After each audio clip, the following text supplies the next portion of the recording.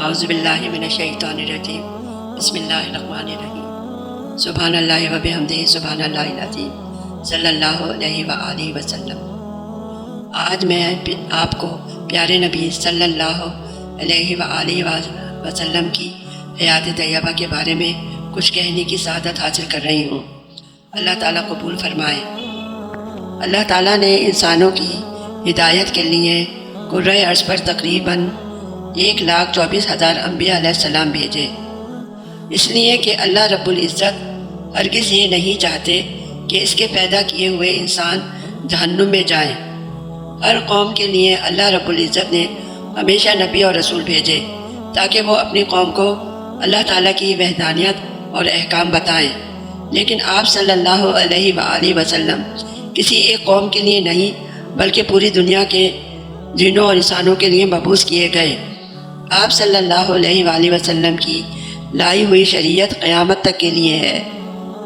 آپ صلی اللہ علیہ وآلہ وسلم مکہ مکرمہ میں 12 ربیع الاول کو پیدا ہوئے۔ آپ صلی اللہ علیہ وآلہ وسلم کی والدہ ماجدہ حضرت آمنہ بی بی آمنہ نے آپ کو دودھ پلایا۔ اس کے بعد حضرت صوفیہ نے، پھر دائی حلیمہ رضی اللہ تعالیٰ عنہ نے آپ کو دودھ پلایا۔ آپ صلی اللہ علیہ وآلہ وسلم کے والد محترم عبداللہ بن عبد المطلب تھے۔ آپ صلی اللہ علیہ وآلہ وسلم کے چچا ابو طالب نے ہر معاملے میں آپ صلی اللہ علیہ وآلہ وسلم کی بہت ہی زیادہ مدد کی تھی۔ آپ صلی اللہ علیہ وآلہ وسلم کا خاندان کرۂ ارض پر سب سے زیادہ معزز خاندان تھا، اور آپ صلی اللہ علیہ وآلہ وسلم کے خاندانی شرف کی گواہی اس وقت کے دشمن بھی دیتے رہے۔ صلی اللہ علیہ وآلہ وسلم۔ آپ صلی اللہ علیہ وآلہ وسلم نہایت خوبصورت، امین، صادق، با اخلاق، شیریں گفتار، درمیانہ قد اور رنگ گورا تھا۔ آپ صلی اللہ علیہ وآلہ وسلم کے دونوں کندھوں کے درمیان مہر نبوت تھی۔ آپ صلی اللہ علیہ وآلہ وسلم کی پہلی شادی حضرت خدیجہ الکبریٰ رضی اللہ تعالیٰ عنہ سے کی، جو بیوہ تھیں۔ شادی کے وقت حضرت سیدہ خدیجہ رضی اللہ تعالیٰ عنہ کی عمر 40 سال اور آپ صلی اللہ علیہ وآلہ وسلم کی عمر 25 سال تھی۔ آپ صلی اللہ علیہ وآلہ وسلم نے حضرت خدیجہ رضی اللہ تعالیٰ عنہ کی وفات تک کسی دوسری خاتون سے شادی نہیں کی، اور اپنی جوانی کے تقریباً 25 سال صرف ایک ہی بیوی کی رفاقت میں گزار دیے۔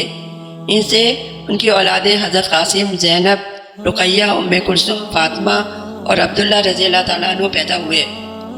فاطمہ رضی اللہ تعالیٰ عنہ کے علاوہ سب بچوں کا انتقال آپ صلی اللہ علیہ وآلہ وسلم کی زندگی میں ہی ہو گیا تھا۔ حضرت فاطمہ رضی اللہ تعالیٰ عنہ کی وفات آپ صلی اللہ علیہ وآلہ وسلم کے انتقال کے 6 ماہ بعد ہوئی۔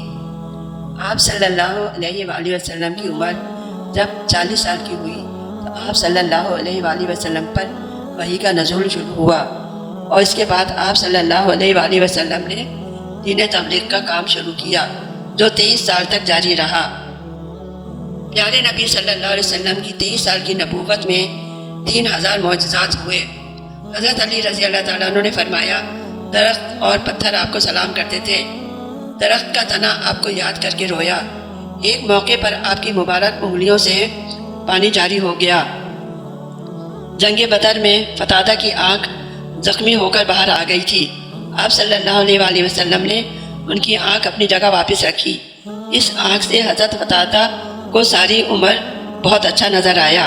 حضور صلی اللہ علیہ وآلہ وسلم جن پر اللہ کریم اپنی رحمتیں نازل فرماتے ہیں، جن کے لیے فرشتے دعائیں رحمت کرتے ہیں، جن کی اطاعت اللہ رب العزت کی اطاعت ہے، جن کی نافرمانی اللہ رب العزت کی نافرمانی ہے، جن کی اطاعت میں جنت اور نافرمانی میں جہنم ہے، جن کی زندگی کو اللہ تعالیٰ نے بہترین نمونہ قرار دیا ہے، جنہیں اللہ تعالیٰ نے معراج جسمانی کے اعزاز سے نوازا ہے، جن کے بعد اب قیامت تک کوئی دوسرا نبی آنے والا نہیں، جن کے کسی بھی فیصلے یا حکم سے رضگردانی سارے نیک اعمال برباد کر دیتی ہے۔ آپ صلی اللہ علیہ وآلہ وسلم نے فرمایا، جس نے میرے طریقے سے منہ موڑا اس کا میرے ساتھ کوئی تعلق نہیں۔